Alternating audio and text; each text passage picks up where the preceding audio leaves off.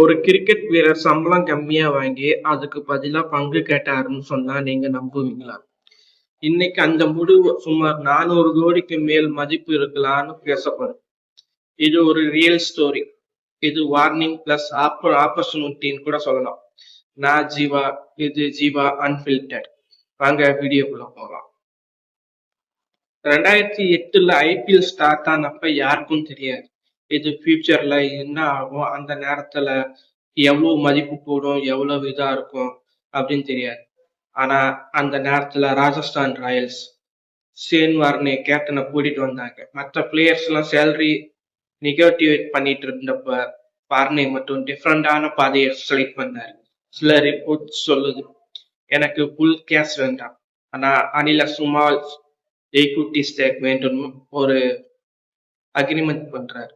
அப்ப அந்த டீமோட வேல்யூ என்ன தெரியுமா? சுமாரா 250 இருந்து 300 கோடி ரேஞ்சில். இது சேஃப் பெட் இல்ல. ஐபிஎல் ஃபிளாப் ஆயிடுச்சுன்னா அந்த ஈக்விட்டி ஜீரோ ஆகலாம், நெகட்டிவ்லயும் போக வாய்ப்பு இருக்கு. ஆனா அங்க என்ன நடந்துச்சுன்னு தெரியுமா? ஐபிஎல் எக்ஸ்ப்ளோர்ட் ஆயிடுச்சு. ஏன்னா podcast deal, sky rocket, Francis value multiple times increase ஆயிடுச்சு. இன்று ராஜஸ்தான் ராயல்ஸோட வால்யூவேஷன் எவ்வளவு தெரியுமா? சுமார் 15,000 கோடிக்கு மேல. வார்னேக்கு எக்ஸாக்டா எவ்வளவு ஸ்டாக் இருந்ததுன்னு பப்ளிக்கா கிளியர் தெரியும். ஆனா எஸ்டிமேட் படி பார்த்தேன்னு ஒரு வருஷத்துக்கு 0.75%. அவர் எத்தனை வருஷம் அந்த டீம்ல விளையாடுறாரோ அதுக்கு ஏத்த மாதிரி இந்த 0.75 இன்ட்டு மல்டிப்ளை பண்ணிக்க வேண்டியது. சுமாரா ஒரு 4 வருஷம் விளையாண்டு இருக்காருன்னு வச்சுங்களேன். ஆக்சுவலி அந்த டீமோட வேல்யூல இருந்து இன்னைக்கு 15,300 கோடின்னு சேல்ஸ் ஆயிருக்குன்னா அதுல 3% வார்னே ஃபேமிலிக்கு போகும். அது இன்னைக்கு 400 கோடி ரேஞ்சுக்கு போகணும் ஒரு பொட்டன்சியலால ஒரு மதிப்பு இருக்கு.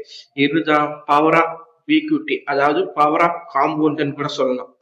இங்க முக்கியமான விஷயம் என்னன்னா, நம்ம சேலரிக்காக செய்யறது ரிவார்டு, ஆனா நம்ம உருவாக்குறது growth தான் ஈக்விட்டி.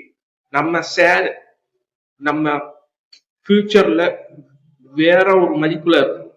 வார்னே கேஸையும் இங்க மட்டும் கேஸை மட்டும் பார்க்கல, லாங் டேர்ம் வால்வ பார்த்துருக்கிறாரு.